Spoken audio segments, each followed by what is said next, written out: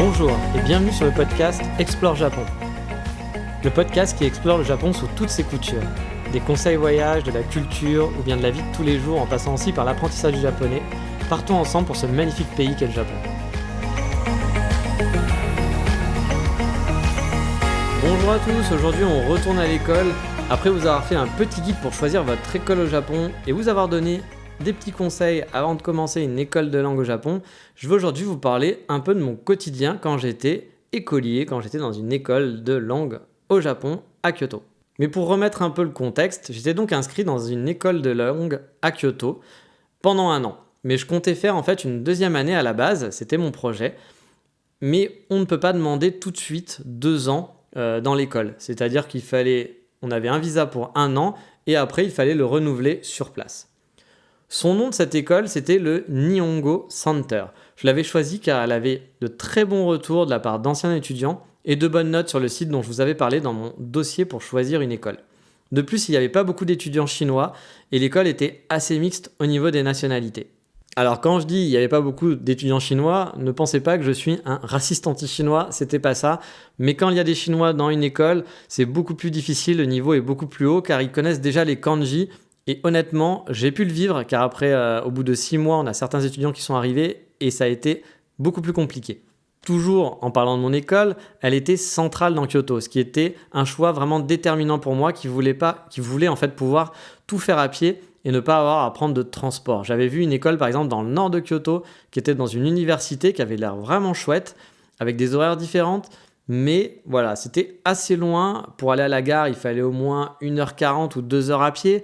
Donc c'était un peu too much. Là, l'école était vraiment très centrale et c'était chouette au final d'être dans le centre de Kyoto. Un des avantages de cette école, c'est qu'un Français s'occupe des inscriptions.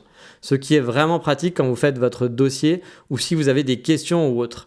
Car du coup, il peut vous aider et il parle français. En plus, le site pour s'inscrire est vraiment chouette. J'avais commencé à regarder les inscriptions dans une école à Fukuoka où là c'était hyper old school, c'était un peu compliqué, il fallait faire traduire ses documents, il fallait faire traduire ses diplômes, il y avait un fichier Excel à remplir qui n'était pas super clair. Là, il y avait un site qui était très bien fait, on pouvait faire du drag and drop, il y avait une progression, il vous disait ce qui manque. Enfin, franchement, le site était vraiment super chouette, c'était le jour et la nuit par rapport à l'autre école et ça, j'ai vraiment apprécié. Par contre, la petite déception par rapport à ce Français qui avait pu répondre à mes questions quand je me suis inscrit, c'est que sur place, on nous a tout de suite expliqué qu'il ne fallait pas qu'on lui pose de questions par la suite, qu'il fallait passer obligatoirement par nos professeurs et donc en japonais ou en anglais. Donc les Français qui avaient eu l'habitude d'avoir été en contact avec lui ont été un petit peu déçus parce que c'est vrai que c'était très pratique d'avoir un contact qui parle français quand vous avez un problème. Par exemple, vous recevez une facture ou un courrier. En plus, si vous n'êtes pas très bon en anglais, et puis les professeurs sont pas toujours très bons en anglais aussi. Donc du coup, vous vous disiez, il y a un contact français qui peut m'aider. Mais on nous avait bien indiqué qu'il ne fallait pas lui parler. Alors un peu en loose day, vous pouvez y aller, mais il fallait faire quand même attention parce que si on vous prenait un peu à venir l'embêter, même si ça l'embêtait pas personnellement, le directeur était vraiment assez strict là-dessus. Mais bon, commençons par le commencement. Je suis arrivé tout début avril, 2 semaines avant la rentrée officielle. J'aurais aimé en fait arriver avant pour m'installer, mais je ne pouvais pas à cause du visa. J'ai donc eu 2 semaines bien chargées où j'ai dû m'occuper de mon installation, car contrairement à d'autres étudiants qui sont arrivés avec des meublés, des choses clés en main, parce que l'école propose des studios via une agence. Je vous en parlerai plus tard de cette agence parce que justement je suis passé par cette agence pour mes 6 prochains mois au Japon. Mais ça sera dans un prochain épisode. Moi je suis passé je suis arrivé comme je vous disais dans un appartement où il n'y avait rien, donc ça a été assez 2 semaines tendues pour tout meubler et s'occuper de toutes les choses administratives. Et en plus, pendant ces 2 semaines, j'ai dû passer 2 fois à l'école. Une première fois pour un genre d'orientation, une après-midi d'orientation, ça a duré quelques heures. Tous les Français étaient réunis dans la même salle et on nous a parlé de l'école, des règles et donné des documents. Après, il y a eu un genre de petit pot avec tous les élèves, les nouveaux élèves, donc de toutes les nationalités, plus quelques anciens qui étaient là à qui on a posé quelques questions. Mais personnellement, je n'étais pas resté très très longtemps au petit pot. La deuxième fois que j'ai dû aller à l'école, c'était pour passer un test à l'oral, puis à l'écrit. Là, vous y allez tout seul, vous prenez un rendez-vous avec l'école, ils vous proposent 2 jours différents et vous prenez un rendez-vous pour arriver à une certaine heure. En fait, ce test leur permet de juger votre niveau et de vous assigner une classe, tout simplement.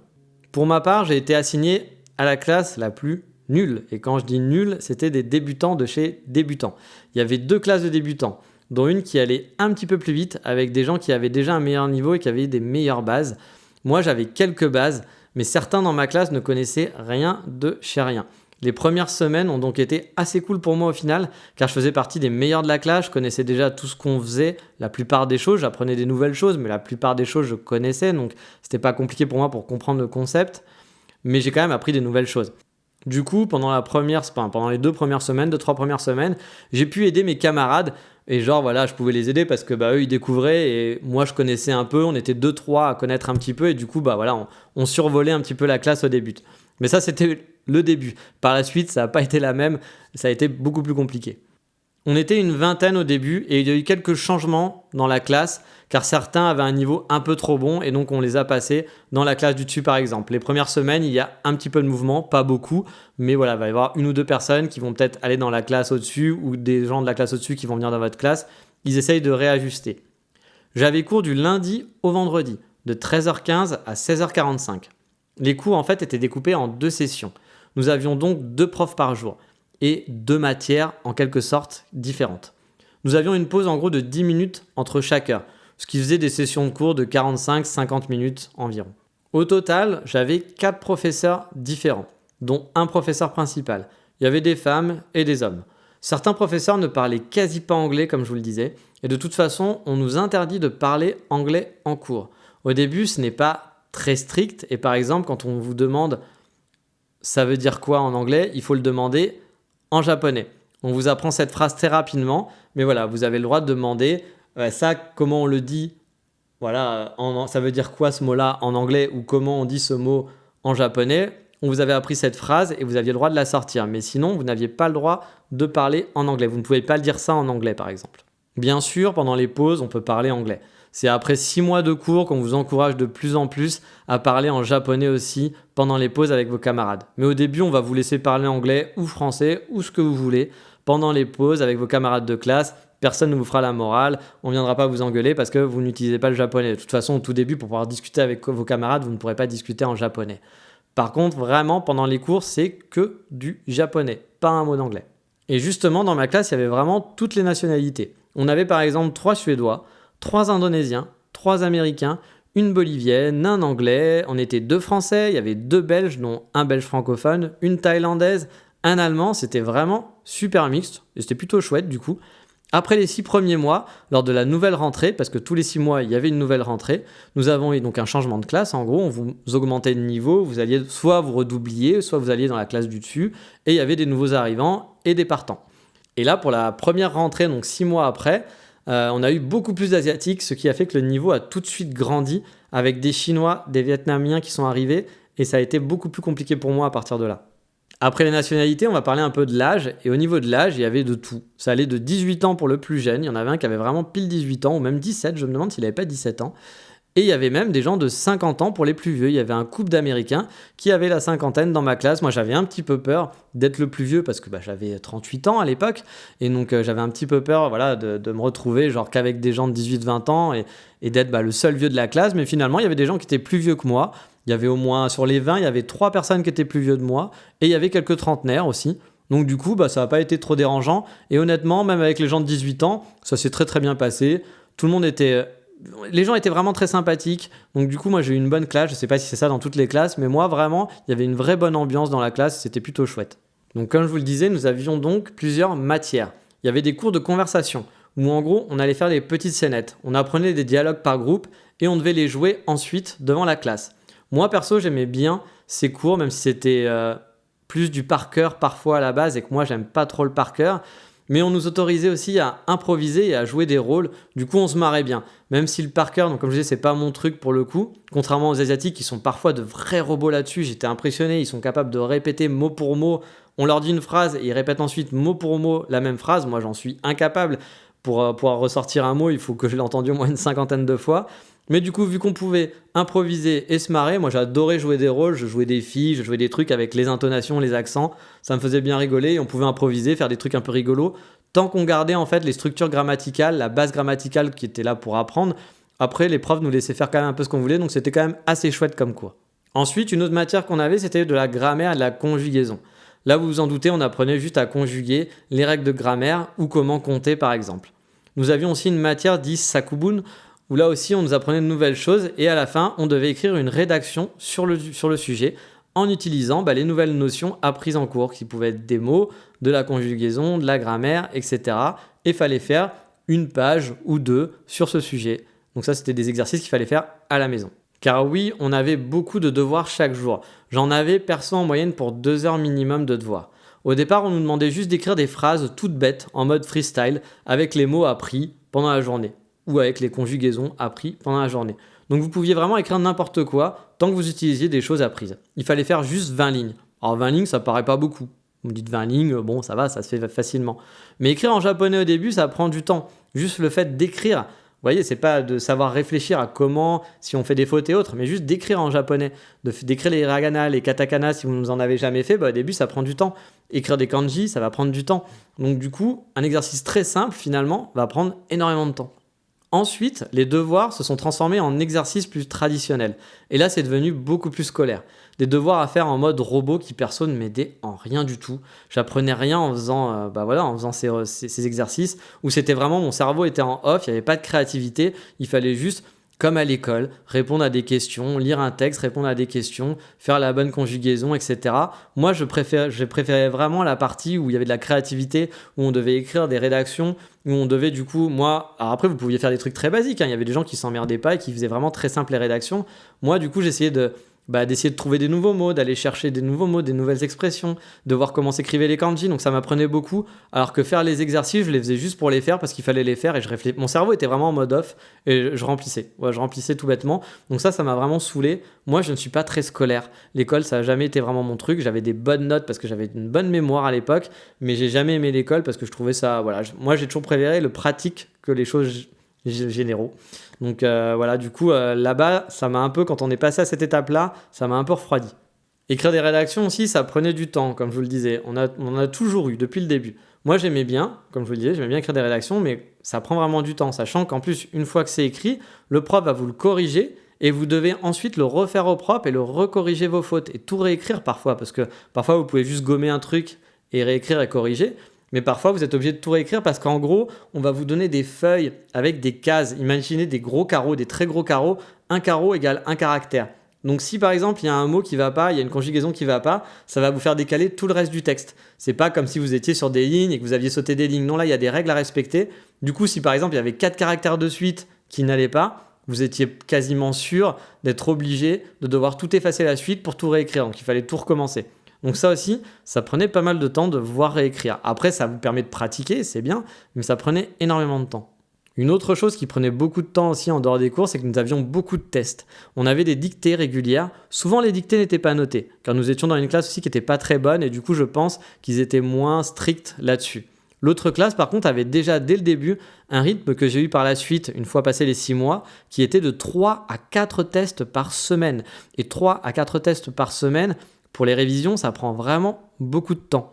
En plus, ces tests, si vous aviez moins de 16 sur 20, vous deviez les refaire hors cours. C'est pour ça qu'entre les exercices, les rédactions, l'apprentissage des kanji, on n'en a pas parlé, mais ça aussi, l'apprentissage des kanji, il fallait l'apprendre soi-même, les révisions pour les tests et la préparation des retests, parce que parfois vous aviez des retests à faire, que les retests se faisaient en dehors des heures de cours, finalement, des heures de temps libre, vous n'en aviez pas tant que ça. Même si finalement vous dites des heures de cours, ça va, c'est de 13h15 jusqu'à 16h45, ça laisse du temps, j'ai du temps le matin pour me balader, ou si vous avez cours le matin, parce que certaines classes avaient cours le matin et pas l'après-midi suivant le niveau en fait.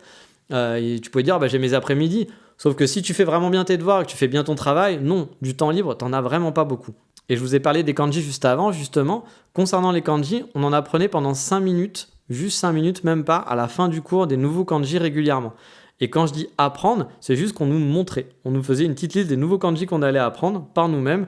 Ensuite, on avait juste des tests réguliers, mais c'était à nous finalement d'apprendre les kanji en dehors des cours. Donc moi, tous les jours, je passais 1 heure à travailler les kanji et à travailler les tests de kanji parce qu'on avait chaque semaine un test de kanji à faire. Et si vous loupiez les tests de kanji, soit il fallait le refaire, soit on vous demandait de recopier une vingtaine de fois, une dizaine de fois les mots ou les kanji que vous étiez trompé. Donc ça prenait énormément de temps après à recopier. Moi, ça va, les kanji, j'étais pas trop mauvais, mais pour ceux qui n'étaient pas très bons, honnêtement, ça leur faisait beaucoup de boulot en plus. Après, au départ, il n'y avait pas beaucoup de kanji, ça allait, il n'y en avait même quasiment aucun.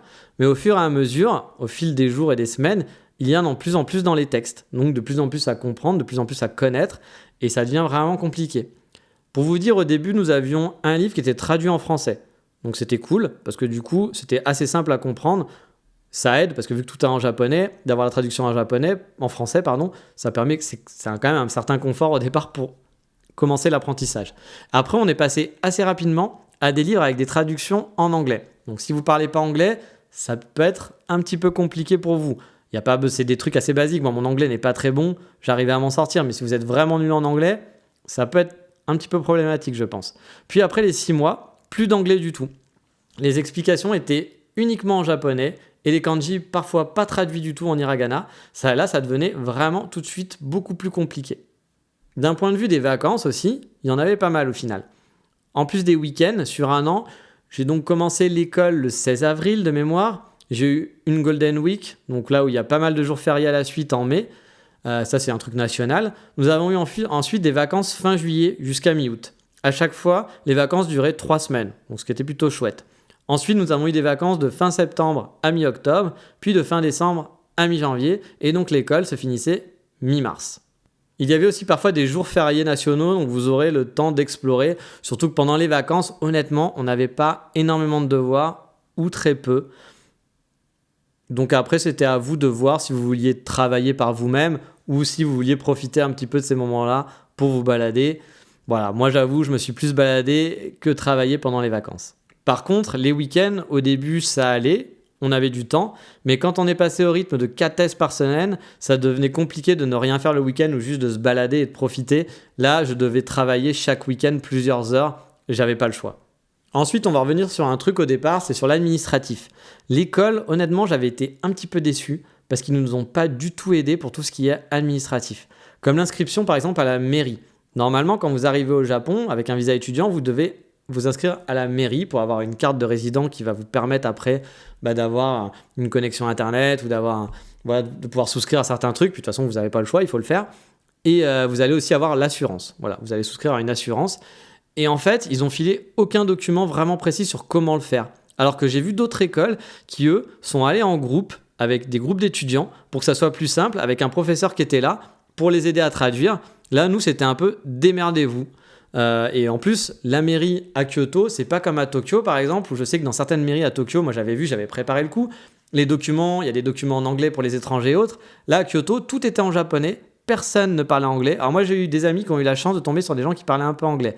Moi, quand j'y suis allé, il n'y avait personne qui parlait anglais. Je peux vous dire que ça a été un petit peu l'aventure pour trouver le bon document, pour le remplir et pour comprendre ce qu'il fallait faire ensuite. Donc c'est vrai que c'est un peu dommage que l'école ne nous ait pas aidés ou nous ait pas même s'ils ne voulaient pas envoyer quelqu'un avec nous, le document, il ne change pas chaque année. Donc ils auraient pu juste prendre un document basique, le traduire pour nous, pour dire là, ici, tu remplis ton nom, là, tu remplis machin, c'est tel document qu'il faut que tu récupères.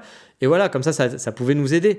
Moi, c'est ce que j'ai fait sur mon site, mon Kyoto, qui est un autre site que j'avais sur le Japon. Et je sais que ça a aidé certaines personnes, parce que quand on arrive sur place, pour savoir quel document il faut prendre et comment le remplir, c'est tout écrit en japonais. Donc, moi, j'ai galéré avec Google Translate. Et c'est vrai que c'est dommage qu'ils aient pas fait ce que j'ai fait finalement sur mon site, qui m'a pas pris longtemps à faire, pour les étudiants. J'ai trouvé que c'était pas très chouette de leur part, que d'un point de vue administratif, ils nous ont pas aidé beaucoup sur l'arrivée. Honnêtement, les professeurs étaient vraiment très gentils, j'ai rien à dire là-dessus, mais c'est vrai que l'organisation, c'était pas le fort de cette école, il faut l'avouer. Il y avait aussi des activités qui étaient organisées par l'école, payantes pour ceux qui voulaient, comme une journée par exemple de poterie, d'initiation à la poterie japonaise, ou bien une journée au ski, ou un pique-nique à la plage, etc. Toutes ces activités étaient souvent organisées hors des cours, et pendant un jour férié ou bien lors des premiers jours de vacances. Bien sûr, vu qu'elles sont payantes, elles ne sont pas obligatoires du tout. Personnellement, j'en ai fait aucune, ça ne m'intéressait pas plus que ça de faire des activités comme ça. Voilà, pour moi, je préfère apprendre par moi-même, me débrouiller, que d'aller dans une journée poterie ou une journée au ski. Mais ça peut quand même être sympa si vous voulez faire des trucs avec vos camarades de classe et avec l'école, pourquoi pas. Il y avait aussi par contre des activités obligatoires, comme la journée du sport, qui était une genre de journée d'intégration avec toutes les classes de l'école. Ou parfois, on m'a dit aussi qu'il y avait d'autres écoles qui participaient à cette journée du sport, mais moi, la fois où je l'ai fait, il n'y avait que notre école. Il y a aussi une journée d'intégration où on a fait une rando dans les montagnes de Kyoto. Vous ne pouvez pas y échapper sans avoir une absence qui sera décomptée. Perso, moi, j'ai largement préféré la rando à la journée du sport, surtout que j'ai un problème au genou, donc je ne peux pas faire de sport. Après, je vous rassure, la journée du sport, Si vous n'êtes pas très sportif, c'est pas très grave. On va faire un petit jeu de saut à la corde. Vous allez avoir des petits jeux à la con. C'est plus chiant et long que relou si vous n'aimez pas le sport. Pas de stress ou d'inquiétude à avoir si le sport, c'est pas votre fort. Et la rando, par contre, c'était vraiment super chouette. On a fait une petite rando en montagne, pas très compliqué. Il fallait juste marcher un petit peu. On transpirait un petit peu, mais ça allait, c'était chouette. Et franchement, l'ambiance était plus détendue, c'était plus cool que la journée du sport où finalement, voilà, la rando, c'est une rando. On marche, on fait un pique-nique, on parle avec qui on veut, c'est cool. La journée du sport, c'est des trucs un petit peu, bah voilà, vous n'avez pas le choix, il faut faire telle et telle activité. Voilà, c'était pas très, très passionnant. Ah oui, et vous vous dites, mais pourquoi tu as fait 2 journées d'intégration alors que tu es resté 1 an dans l'école? En fait, j'en ai fait 2 car tous les 6 mois, il y a une rentrée, comme je vous le disais tout à l'heure, avec un changement de classe et des nouveaux élèves. On vous fait passer dans une classe qui est supérieure, sauf si vous n'avez pas le niveau. Et dans ce cas-là, on va peut-être vous faire redoubler.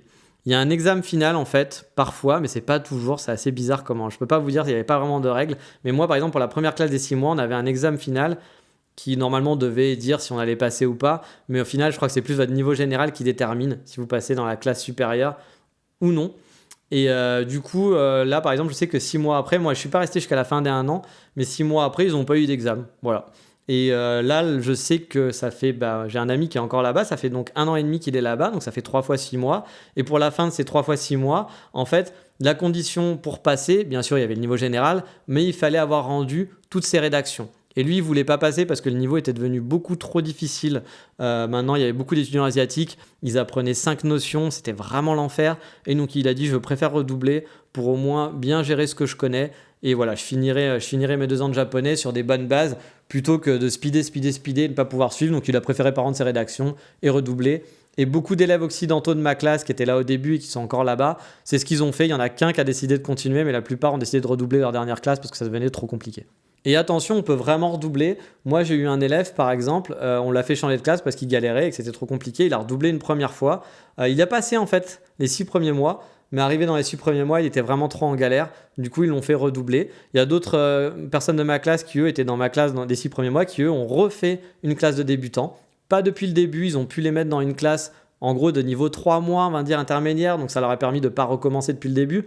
Mais voilà, il y a vraiment, c'est pas j'ai payé et je passe. S'ils considèrent que vous n'avez pas le niveau, vous redoublerez. Vous pouvez aussi demander à redoubler, souvent ils n'aiment pas trop ça parce qu'ils ont déjà préparé leur classe, mais si vous sentez que votre niveau est vraiment pas là, il faut faire le forcing et au bout d'un moment ils vont accepter de refaire une classe parce que vous vous sentez trop perdu, quoi. Et vraiment parfois ça va trop vite, c'est assez compliqué quand même. Ah aussi, je vous parlais des absences, j'aimerais revenir dessus, parce que dans mon école, ça rigolait pas trop avec ça. Vous avez techniquement, j'avais fait des calculs, on ne vous le dit pas, on ne vous donne pas le nombre de jours, mais j'avais fait des calculs, le droit entre 10 et 20 jours d'absence sur une période de 6 mois, en gros. En fait, vous avez un pourcentage de présence qui est affiché en classe si vous êtes en dessous des 90%. Et on vous explique que si vous avez moins de 90, on ne vous donnera pas votre diplôme à la fin, car à la fin, il y a un diplôme, il vaut ce qu'il vaut, je pense qu'il est utile. Si vous voulez après continuer dans une école au Japon ou si vous voulez vraiment faire valoir quelque chose, après c'est pas un diplôme d'État, hein, ça reste comme si vous aviez un diplôme Wall Street English Institute, hein, ça ne veut pas dire grand chose. Mais si vous avez moins de 90%, on vous ne donnera pas le diplôme. Moi par exemple, je n'ai pas fini l'année, j'avais plus de 90% en taux de présence donc ça allait. Mais vu que je suis parti avant la fin des 1 an, j'ai eu aucun diplôme comme quoi j'avais fait l'école. Ce qui n'est pas très chouette parce que je suis parti 1 mois avant la fin.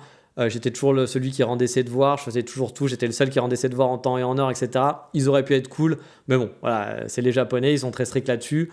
Moi, honnêtement, j'en avais rien à foutre d'avoir ce papier-là, donc c'était pas très grave. Mais c'est vrai que c'est pas hyper chouette. Et là, c'est si vous avez moins de 90, mais si vous aviez moins de 80% de présence, et ben en fait, on vous fera peut-être pas l'extension de visa. C'est-à-dire que si au bout de 6 mois, vous aviez un visa d'1 an ou un visa de 6 mois, vous restez 6 mois à l'école et vous voulez, moi il y a des gens qui étaient là pour 6 mois et qui finalement ont demandé 6 mois supplémentaires. C'est-à-dire que vous pouvez demander que 6 mois et augmenter de 6 mois, tous les 6 mois, je crois qu'il y a le max c'est pendant 2 ans, vous pouvez faire ça. Mais voilà, vous n'êtes pas obligé de dire tout de suite je veux partir 1 an, vous pouvez faire que 6 mois au départ et on va vous demander si vous voulez rester plus longtemps. Et bien si vous aviez moins de 80% de présence, le visa était refusé, tout simplement. Donc c'est pour ça, mais là c'était pas l'école, je pense que c'était le gouvernement japonais, parce que donc l'école envoyait ses infos au gouvernement japonais, et donc du coup à l'immigration. Donc c'est pour ça que la présence, c'est important. Il faut faire attention à ça. Il faut pas, sauf si vous pensez venir ici que pendant 6 mois, mais sinon, ça peut vous coûter la suite de vos études. Du coup, moi perso, il m'est arrivé de venir en étant malade, histoire de paniquer mon score. Même si j'ai eu quelques absences, Parfois, en faisant le calcul, on se rend vite compte qu'on peut être absent, comme je vous disais, entre 10 et 20 jours. Je dis 10 et 20 car au début de mon aventure, nous avions le seuil à 80% de présence qui est passé au bout de 6 mois à 90. Alors, je ne sais pas si c'était des nouvelles lois japonaises ou quelque chose qui a changé, mais du coup, voilà, on avait le droit que plus qu'à 10 jours d'absence. Donc, si vous êtes malade, sauf si vous êtes vraiment très malade, il faut quand même venir en cours. On peut aussi avoir des mots d'absence, je crois, mais je crois qu'il faut que ça soit vraiment justifié. Il faut que l'absence soit assez longue pour que ça soit considéré comme une vraie absence. Je me souviens plus exactement. Mais si vous avez un petit rhume que vous ne sentez pas bien, parfois voilà, il faut quand même faire l'effort. Vous avez mal au crâne, vous venez en cours, vous dites au professeur que vous n'êtes pas en forme. Moi, ça m'est déjà arrivé d'arriver en cours et de vraiment pas être en forme, d'avoir un mal au crâne, mon cerveau réfléchissait pas. Je l'ai dit au professeur, je suis désolé, je suis malade et je me sens pas très bien. Le professeur, il dit tu peux rentrer chez toi. Je fais non, mais je vais rester parce que c'est vrai qu'aussi, si vous suivez pas un cours, c'est difficile de rattraper. On apprend énormément de choses chaque cours. Si vous loupez un cours, ça peut être très très compliqué. Après, vous loupez 2 cours, ça peut être très très dur de reprendre le rythme parce qu'on apprend énormément de choses chaque cours. Donc moi je m'étais dit c'était pas trop pour le taux d'absence, c'était plus que je me disais si je suis pas là, je vais être à la rue, ça va être très difficile le cours d'après quoi. Donc je suis venu et les professeurs ont été très sympas, ils m'ont pas interrogé du tout.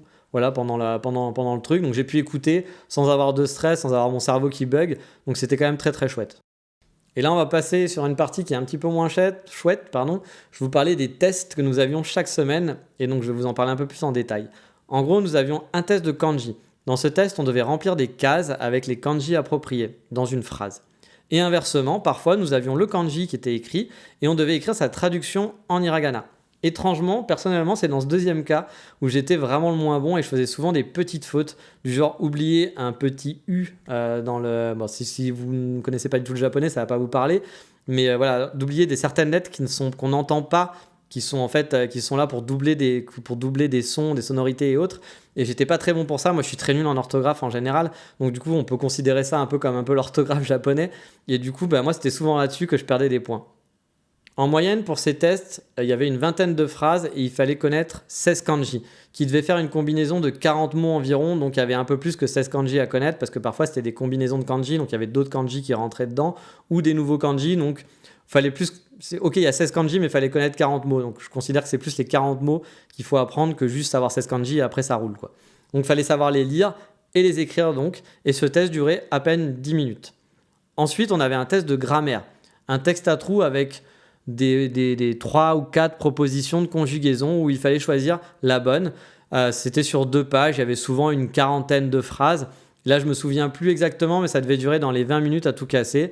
Donc, il fallait juste choisir. C'était un texte où il fallait choisir la bonne conjugaison, le bon mot, etc. Un texte à trous. On avait aussi un gros test, c'était sur la leçon principale, on appelait ça le main, où il y avait de la conjugaison, du vocabulaire, des kanji, des tournures de phrases. Donc ce test était vraiment plus massif et beaucoup plus compliqué, il durait en moyenne 40 minutes. On avait aussi, comme je vous l'avais déjà dit, parfois des dictées qui n'étaient pas notées. Et on avait eu un autre test aussi après les 6 mois, donc après la première classe, où on avait du vocabulaire, où on devait placer une vingtaine de mots dans un texte en les écrivant en kanji. Donc c'était des mots qu'on avait appris la semaine d'avant, il y avait une vingtaine de mots de vocabulaire et il fallait lire un texte et remplir avec des phrases. Il y avait des phrases en fait qui étaient liées au dernier texte qu'on avait appris et donc mettre les bons mots au bon endroit et il fallait bien sûr les savoir écrire parce qu'ils n'étaient pas écrits. Donc c'était à vous de les écrire et de savoir comment ils s'écrivaient. Et parce que c'est pas encore fini, il y avait aussi des tests oraux. En gros, c'était les petites scénettes dont je vous parlais. C'était pas noté. Alors en fait, il y avait une note qui était pour le fun, pour gagner des petits bonbons. En gros, à la fin, la meilleure équipe avait des petits bonbons. On avait en fait des exposés aussi à faire qui, étrangement, sont arrivés très vite. Donc des exposés devant la classe, là c'était en solo et ça arrivait très très vite. Je me suis désigné le premier pour passer le premier et c'était à peine 3 semaines après la rentrée. En fait, le directeur a dit qui veut passer premier. Enfin voilà, on a fait une liste avec un agenda de tous les gens qui allaient passer. Il y avait, je crois, 3 personnes qui passaient par semaine, je crois. C'était en début de cours. Et donc, il a demandé, forcément, au tout début, personne n'a voulu y aller. Je me suis dit, bon, allez, on est là pour apprendre, on est là pour le fun. Moi, d'habitude, il y a très longtemps, passer à l'oral à l'école, c'était vraiment pas mon truc, mais maintenant, je m'en fous. Ça m'amuse même. Du coup, je me suis dit, allez, je vais me proposer, je vais passer en premier. Mais du coup, ça, c'était vraiment juste 3 semaines après la rentrée. Donc, on avait un vocabulaire qui était vraiment limité, mais on devait faire un exposé. L'exposé devait durer 5 minutes. Mais bon, certains ont fait 10 minutes, comme moi par exemple, où ça a duré un petit peu plus longtemps. D'autres ont fait qu'une minute parce qu'ils étaient en galère ou qu'ils ne l'avaient pas travaillé tout simplement. Il n'y avait pas de pression. Voilà, le directeur qui était quand même un petit peu strict mettait pas de pression pour ces choses-là. Car oui, franchement, dans l'ensemble, les professeurs sont bienveillants. Il y a eu juste deux trois moments qui ont été un peu tendus. J'ai pu voir des situations où on sent un peu mal, soit pour soi-même, parce que voilà, c'est compliqué, soit pour l'élève en face. Et j'ai vu quelques élèves pleurer de temps en temps parce que ça se passait mal et que c'était difficile. Mais dans l'ensemble, les professeurs sont vraiment très très gentils. On m'avait dépeint, par exemple, le directeur comme quelqu'un de cassant, d'humiliant. Il faisait peur. Voilà, c'était un monsieur qui faisait un peu peur, un vrai directeur, comme on voit un vrai professeur qui vous fait un peu peur, même à 38 ans. Vous voyez, ça faisait un peu comme quand on était à l'école. Bah, il était un peu voilà, très strict, mais c'était pas quelqu'un de foncièrement méchant. Avec les élèves, il était toujours assez bienveillant au final. Pour revenir à cet exposé, bah, on avait le droit de le lire. Donc vous voyez, c'était très simple, il suffit juste de le préparer et de lire l'exposé. Mais moi, j'ai préféré le faire sans, ne pas lire, car pour moi, j'étais vraiment là pour apprendre. Les notes, honnêtement, je m'en foutais. C'était vraiment, j'étais pas là pour ça. Et c'est ça aussi qui a été un peu un problématique avec moi, c'est que je suis tombé avec des gens qui avaient la vingtaine, qui étaient dans un système scolaire et qui étaient encore dans cet état d'esprit des notes, d'être le meilleur, d'avoir la bonne note, de faire plaisir à papa, à maman, de faire plaisir au professeur. Alors que moi, j'étais vraiment là pour apprendre pour moi-même. Je veux dire, ça aurait pas été noté, j'en aurais rien à foutre. Enfin, moi, les notes, je m'en foutais. Ce qui était juste chiant pour les notes, c'est qu'il fallait les refaire quand vous aviez moins de 16. Donc ça, c'était vraiment chiant. Mais honnêtement, moi, les notes, j'étais là pour apprendre pour moi, pas pour faire plaisir à quelqu'un. C'était vraiment pour moi. Donc j'ai essayé de travailler au mieux, j'ai essayé de me donner des challenges quand je pouvais, et tant pis si j'avais une mauvaise note. C'était voilà, je voulais apprendre pour moi-même. Et ça m'a un petit peu, voilà, ça m'a un petit peu énervé parce qu'il y avait un côté un peu de compétition et les gens qui étaient encore, on voyait vraiment la différence entre les gens qui étaient à l'école et qui étaient encore dans le système scolaire, qui avaient 20 ans, 22 ans, qui étaient encore à la fac ou qui sortaient, voilà, qui sortaient du lycée, des choses comme ça, et les gens plus vieux qui eux étaient plus là pour eux. Les gens qui étaient là avec un système scolaire, ils étaient là aussi pour apprendre le japonais, mais je pense qu'ils étaient encore un peu dans le moule de l'école. Et du coup, et puis l'école japonaise essaye, est très contente qu'on soit dans ce moule-là. Ils sont très contents qu'on fasse du par cœur, ils sont très contents qu'on ait des bonnes notes. Voilà, et du coup, bah, moi, ça a un peu clashé avec moi parce que moi, j'ai pas du tout cet état d'esprit-là, quoi. Donc j'avoue que ça a été vraiment un gros problème pour moi, l'école, par rapport à ça. Pour vous dire, il y avait certains professeurs, donc c'était surtout le directeur, celui qui était plus strict, qui, quand il rendait les notes, rendait du meilleur au plus nul. Bah ça, moi, j'aimais pas, par exemple. J'ai été juste une fois le plus nul, donc bon, c'est pas très grave. Je m'en foutais d'être le plus nul. Mais je trouvais ça pas cool parce que du coup, il y avait souvent les mêmes personnes qui étaient à la fin et c'est un peu dégradant pour ces gens-là qui doivent pas se sentir cool de récupérer ces notes et de se dire bah putain, je suis encore dernier, ça y est, j'ai encore une mauvaise note, ça y est, je vais devoir refaire le test. Voilà, c'est pas positif et je me dis pourquoi les mettre par classement, t'aurais pu les rendre comme ça et chacun fait ce qu'il veut avec sa note. Voilà, si toi t'es content d'avoir une bonne note, bah t'es content, si la note tu t'en fous, bah tu t'en fous. Et là, il y avait que ce côté parfois classement, je trouvais ça ridicule en fait, et j'ai trouvé ça dommage. C'était vraiment trop old school au niveau de l'école, et moi j'aime pas ça, donc ça m'a un peu. J'ai trouvé ça désagréable au final. Alors désolé, ce podcast est un petit peu long, mais je voulais faire vraiment le tour de comment ça se passe dans une école japonaise, et j'ai pas fini, il reste encore quelques petites choses, mais ça va aller vite. Par exemple, pour la classe en elle-même, au tout début, on pouvait choisir notre place et se mettre à côté de nos potes. Voilà, si vous aviez un pote français, forcément, vous allez vous mettre à côté de lui. Mais pour éviter ça, très rapidement, les places étaient tirées au sort toutes les semaines. Donc en gros, toutes les semaines, on changeait de place dans la classe et on avait donc des camarades différents pour faire les exercices et pour pas aussi papoter et avoir son pote avec qui tu vas discuter pendant les cours pendant une heure. Et ça, c'était plutôt bien fait, je trouvais. Alors après, il y avait toujours l'angoisse de dire putain, pourvu que je sois pas à côté de lui, parce qu'on détestait faire des exercices avec un mec qui pouvait être très sympathique, mais par exemple, qui avait un niveau qui était largement meilleur que vous, ou un niveau qui était moins bon que vous, ou alors un mec voilà, qui était... On avait une ou deux personnes qui faisaient pas bien les exercices, qui s'en foutaient un peu, et du coup, c'était dommage quand toi, tu avais envie de le faire. Donc il y avait toujours un petit peu ce stress. Mais bon, au final, c'était sympa de pouvoir changer, puis ça permettait de discuter avec tout le monde, et ce qui permet une bonne cohésion aussi dans la classe. Car oui, aussi, dans la classe, on nous encourageait à faire beaucoup d'oral, à parler avec tout le monde pendant les exercices. On ne reste pas assis à sa place toute l'après-midi, non. On va se lever souvent, pratiquer des exercices avec les autres élèves pendant 5 minutes, puis on va se rasseoir, on est interrogé aléatoirement, voire parfois c'est à vous d'interroger un autre élève et de faire une conversation. Voilà, il y a beaucoup d'oral, il y a beaucoup d'interactions avec les professeurs, mais avec les autres élèves aussi. Ça, c'est plutôt bien par contre. J'ai trouvé ça assez chouette. Donc par contre, si vous êtes timide, va falloir vous battre un peu avec vous-même car vous allez beaucoup parler. Vraiment, vous allez beaucoup parler. Chaque jour, en moyenne, chaque élève est interrogé au minimum 4 à 5 fois par le professeur. Et bien sûr, il y avait en plus des exercices avec les autres élèves. Mais vous êtes sûr de passer au moins 4 ou 5 fois à l'oral avec les autres qui vont vous écouter. On va vous poser une question, voilà, vous devez répondre, etc. ou faire un exercice. Donc si vous êtes un petit peu timide, va falloir travailler dessus. De toute façon, vous n'aurez pas le choix, vous allez passer à l'oral. Mais si ça vous stresse énormément, préparez-vous, parce que voilà, il va falloir s'habituer à ça. Vous allez être interrogé. Vous n'allez pas pouvoir trouver des subterfuges pour pas être interrogé comme ça peut arriver parfois à l'école standard. Car par exemple, notre prof principal, à chaque début de cours, avec lui, en faisant l'appel, il nous posait une question. Donc en gros, il allait dire votre nom et il allait vous poser une question par rapport au vocabulaire qu'on avait un peu appris, etc. Ou alors, il nous demandait de nous raconter quelque chose de notre vie, c'est-à-dire qu'il nous disait, voilà, maintenant à toi, raconte-moi un truc sur ta vie, un petit truc pendant 2 minutes. Ou bien, il nous demandait de lui poser une question directement à lui en utilisant les dernières choses apprises, les dernières formes, les dernières conjugaisons, les derniers mots, les dernières formes grammaticales. Donc voilà, il ne faut pas être timide, car je vous le dis, vous allez vraiment beaucoup participer dans une classe de japonais. Mais voilà, cet épisode est très très long, je m'en excuse, mais bon, comme à chaque fois les épisodes sur l'école sont un petit peu longués car il y a beaucoup de choses à dire.